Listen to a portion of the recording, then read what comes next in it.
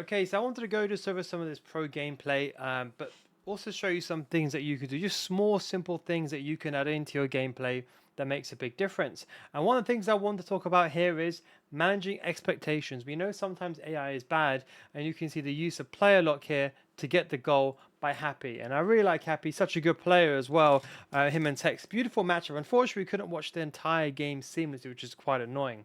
But I want us to bring the ball down here. Simple left stick dribbling, nothing crazy, a bit of R1 dribbling. Then when the ball gets turned around here, you see there's only two things. Now sometimes, AI movement can be bad. There's only two things you can do. When this player is here, you can press the L1 or the R1 button to bring them close. But if you want to define where the ball goes, one of the best things to do is do an R1 plus Y, which is a manual or precision pass, and you can get the ball where you want it. So if you want the ball to go there, you can do it there. If you want the ball to go there, you press an L1 trigger, push her forward, and she can lock on. Otherwise, the best thing you can do is player lock. Now, you've got to be a bit quick with the player lock, but you can see L3, R3, right stick switch to the striker, and you can see Pina. Sometimes AI doesn't position those players perfectly, but you can see with Pina, brings her to the near post, takes that one touch, and then Happy does that low driven across the box. Just something so simple, because whenever you get the ball in these situations, I talk about this on my Patreon. If you want to learn how to do the player lock, by the way, in detail, and learn how to do some of these situations, you can see this on my Patreon series. Link is down below in the description and in the pinned comment section. But you can see those are the small difference makers with the player lock, especially when AI really isn't there. Player lock can really help you to get that player in the place you want it to be. I know it's frustrating. I have been in those games also sometimes when those players don't go through. And you can see this is when they were done at 3-3, and it's just some basic play here. Nothing crazy, a simple touch. And Haaland being used here on the pro scene. I was talking about Haaland would be used on the pro scene for headers. But of course, as a sub, he's very, very good. And I talked about him as well. Wouldn't probably necessarily start the game with him. But you can see, again, just simple play here. You can see the ball can't go forward, the ball gets rotated around, gets recycled, pass goes forward. Now, most people here with Pina, what they will do is they'll try to surge and run forward. I'm not saying you can't do that, but you have to be aware of how your opponent's defending.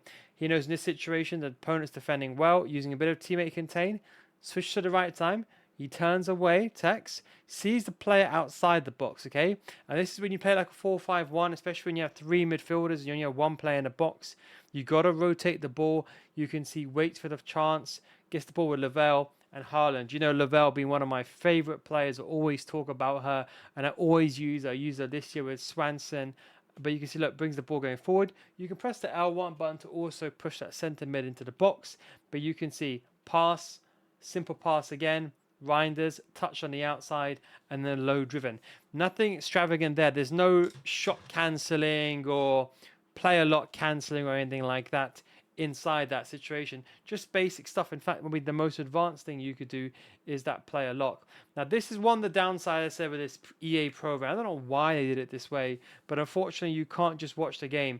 But you can see Happy then gets his second goal to bring the lead ahead. Unfortunately, the way it goes, you can't really see. I'm just going to skip a bit more forward ahead here because you can't really see those properly in these situations because they flick between the games and they kind of show the highlights. And here's another example of where you can use a player lock being used in this situation, but not as you would to bring the ball to the attacker. It's to kind of bring the attacker away to guarantee the ball. So you see Naki Williams gets the ball down the wing, a regular X pass. Then you can see there isn't really a passing option here. Now, sometimes when you try to pass the ball to Mbappe, unless it's like a precision pass, which is an R1 plus Y, your opponent could step up or they could intercept the area. But you can see player lock is used here. Instead of running into the space, you can see bit to the right-hand side. So the opponent thinks here, so Nathan here thinks that player is making a run. But then what he does is he brings Mbappe close, triggers the player in behind, where that's some sort of deception, and whether it's a goal. Now, we don't know what exactly went through the mind here of this player. I think what probably happened is Tuga, when he was attacking, he got the ball, he did an L1 trigger.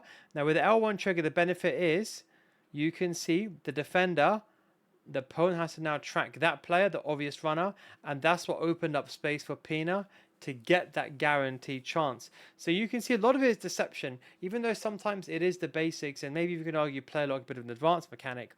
you can see it's used in different ways to be deceptive and to deceive your opponent. That is the most important thing. You know, when you're recycling the ball outside the box, don't just look at the striker and make the pass. Maybe look to the right hand side first and then make the pass to the striker.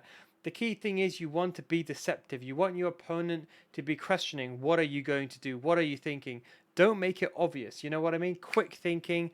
Always be unexpected in your actions. That is the best way I can tell you. One of the best things I can tell you if you're playing the basics of the game is you have to be really fluid. Got to be quick, but you have to be deceptive. Because especially if you're just using the basics of the gameplay, you got to be smart. And you can see, for example, this situation, Tex is basically outside the game at this point here. But these pro games, I know they, unfortunately, they don't just show the full asset, they don't just show the full match, so they kind of switch in between. But pressing is a big issue inside this game. But you can see how Tuga uses player lock almost in every single instance. I talk about this a lot. I tell you when I'm sweating, I'm using player locks like this when you're playing at the top tier level because you kind of need to in some situations.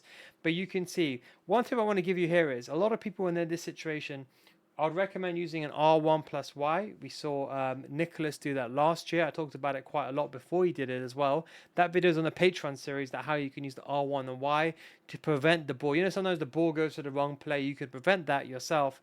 But you can see uses player lock to push the player a bit away, and that gives the edge. Uses player lock there.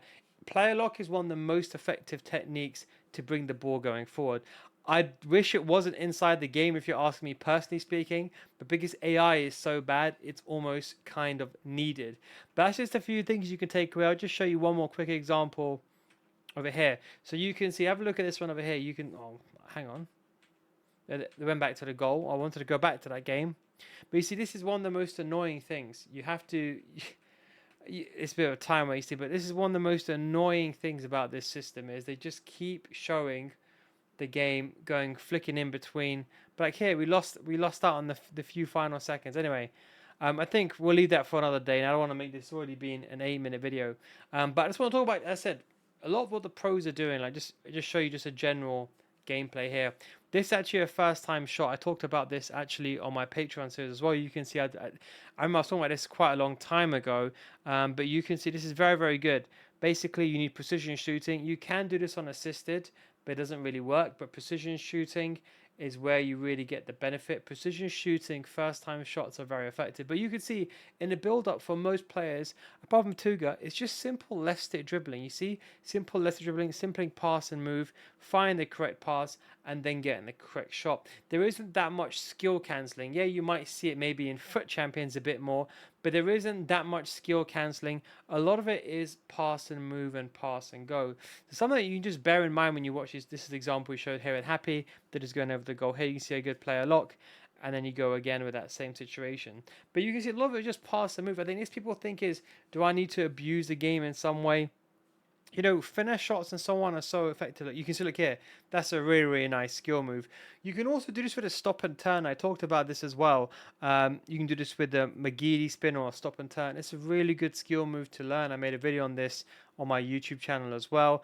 But you can also do a stop and turn to go backwards across, or you could do a McGeady spin.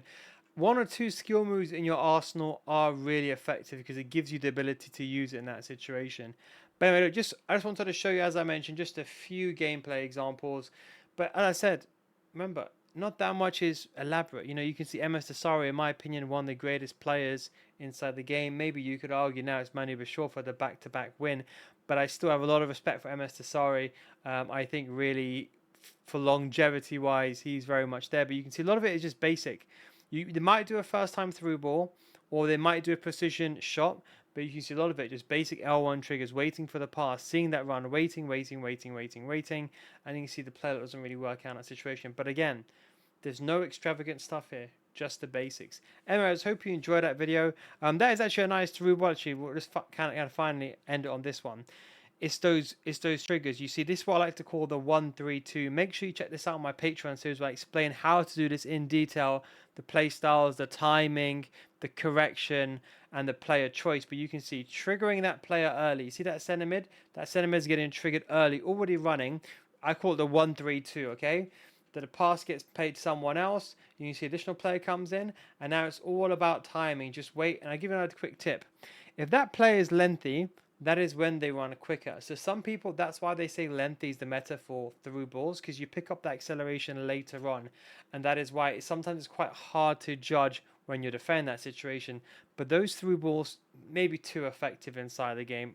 In my opinion, they need to be nerfed. I think they're way too effective, but it's a really good way of scoring. I think, especially like first time through balls, someone who does it really well is Jafun, so definitely check out his one. Anyway, guys, thanks for watching. Take it easy, and I'll catch you next time. Peace out.